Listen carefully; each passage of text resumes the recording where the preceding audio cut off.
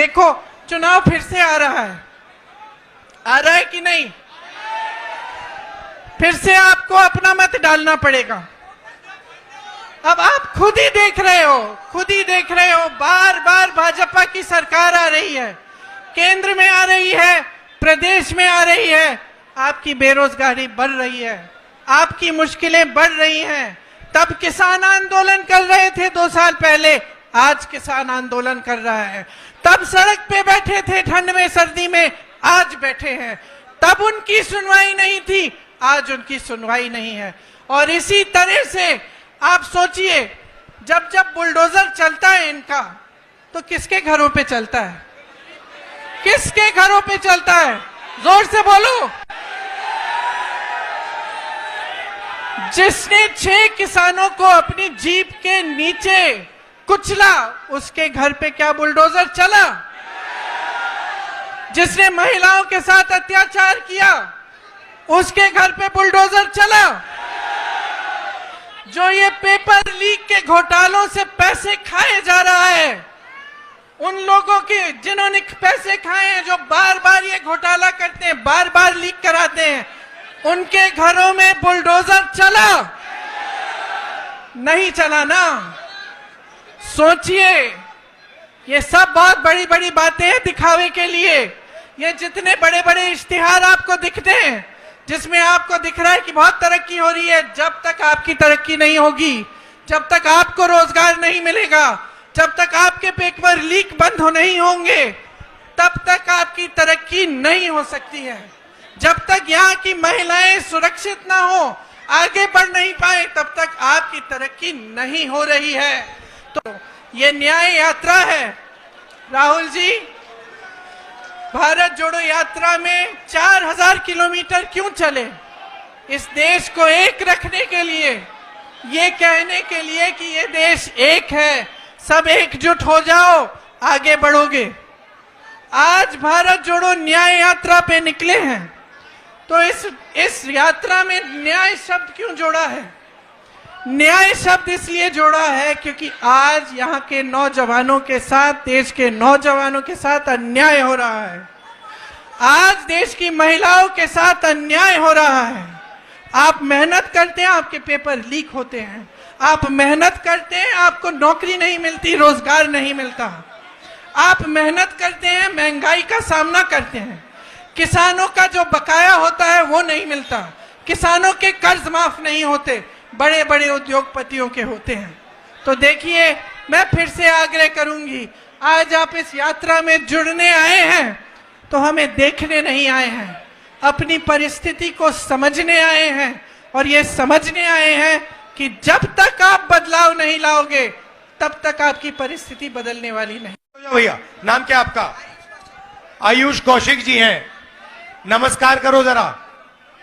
अब बताओ मुझे एक बात, अभी बुलाएंगे। आयुष जी से नहीं पूछ रहा, मैं आपसे पूछ रहा हूं। आयुष जी जरा इधर देखिए।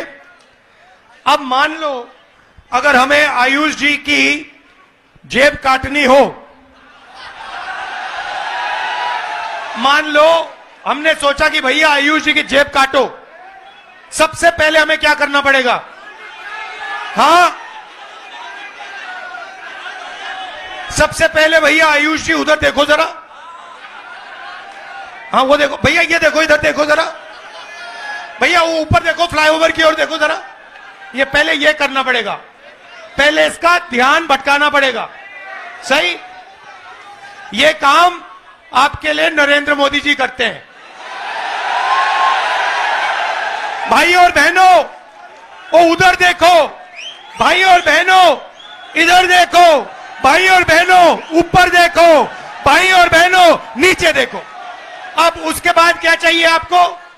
उसके बाद कौशिक जी जरा घूमिए जरा। उसके बाद जब उसका ध्यान चला जाएगा, पीछे से कोई आएगा, है ना, किसी को आना पड़ेगा। वो कौन है भैया? वो अदानी है, वो अंबानी है। ठीक है, अब मान लो ध्यान भटका दिया और पीछे से जेब काट दी, तो तीसरी किस चीज की जरूरत है? हाँ भैया, मुझे ये डंडा लाठी देना जरा। ये झंडा उतारो इससे। नहीं, इससे काम चलेगा, छोटा नहीं चाहिए, बड़ा चाहिए। ये तो पहला जो ध्यान भटकाता है नरेंद्र मोदी जी, दूसरा जो जेब काटता है अदानी जी, और तीसरा जो डंडा लिए घूमता है अमित शाह। कहीं भैया तुम लोगों ने कुछ किया? जब ईडी आई, सीबीआई आए, इनकम टैक्स आई, पुलिस वाले आए तो कुछ किया, तो फिर देखो कैसा डंडा लगता है। आयुष जी धन्यवाद आपका। अभी करते, फोटो ले लो, आ जाओ। ये भैया सेल्फी का जमाना, आ जाओ आ जाओ आ जाओ, यहां बैठ जाओ।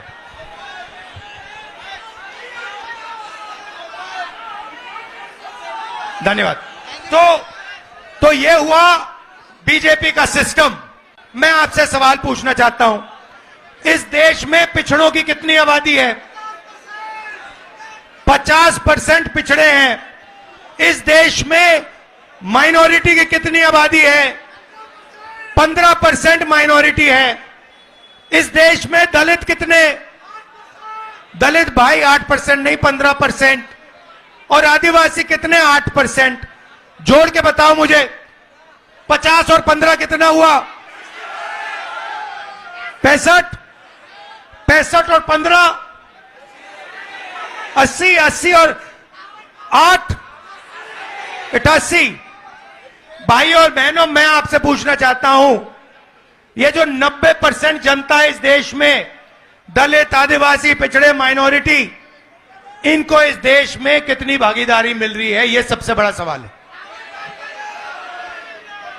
आप सबसे बड़ी कंपनियों की लिस्ट निकालो, 200 कंपनियां सबसे बड़ी वाली, उसमें 90% का एक मालिक मुझे दिखा दो। आपको एक मालिक 90% का नहीं मिलेगा। उसके बाद आप मैनेजमेंट टीम में की लिस्ट निकालो, उसमें आपको 90% का एक नहीं मिलेगा। फिर आप कहो ठीक है 90% हिंदुस्तान की कंपनी का मालिक नहीं बनने चाहते, मैं नहीं कहता, मगर आपने मान लियो, कह दिया, तो फिर मैं आपसे पूछूंगा भैया ठीक है 90% के मीडिया में कितने? मीडिया में कितने? एक नहीं है। आप मीडिया के मालिकों की लिस्ट निकालो, आपको एक ओबीसी नहीं मिलेगा, एक दलित नहीं मिलेगा, एक आदिवासी नहीं मिलेगा, एक गरीब जनरल कास्ट का नहीं मिलेगा, एक माइनॉरिटी नहीं मिलेगा। फिर बड़े बड़े पत्रकारों की लिस्ट निकालो, 90% में से आपको एक नहीं मिलेगा। फिर आप मुझसे कहोगे नहीं राहुल जी, 90% को ना मीडिया में भागीदारी चाहिए, ना हमें बड़ी कंपनियों में भागीदारी चाहिए। फिर मैं आपसे पूछूंगा ठीक है भैया बताओ, प्राइवेट अस्पतालों में आपके कितने लोग? एक भी नहीं। फिर पूछूंगा भैया ठीक है प्राइवेट अस्पतालों में भागीदारी नहीं चाहिए, तो कॉलेज यूनिवर्सिटी में तुम्हारे कितने लोग? एक भी नहीं। अरे भाई तुम लोग हो कहां? तुम हो कहां? मैं बताता हूं तुम्हें, मनरेगा की लिस्ट निकालो, उसमें आप सब लोगों के नाम दिखेंगे। कॉन्ट्रैक्ट लेबर की लिस्ट निकालो, उसमें आपके सब नाम दिखेंगे। मगर हिंदुस्तान के बड़ी बड़ी कंपनियों में, हाई कोर्ट में, मीडिया में आपके नाम नहीं मिलने वाले। ये सब का हिंदुस्तान कैसे है अगर इसमें 90% लोगों को कोई भागीदारी नहीं मिल रही? हमने मैनिफेस्टो में साफ लिखा है, मैं आपको रास्ता भी बता देता हूं। अगर 90% को भागीदारी चाहिए तो पहला कदम, जैसे जब हार्ट टूटता है पहला कदम क्या कराते हो आप? एक्सरे कराते हो ना, तो वैसे ही पहला कदम जाति जनगणना है। इससे क्या होगा, 90% को पता लग जाएगा कि आप कौन हो, कितने हो, और सबसे ज्यादा जरूरी आपके हाथों में हिंदुस्तान का कितना धन है।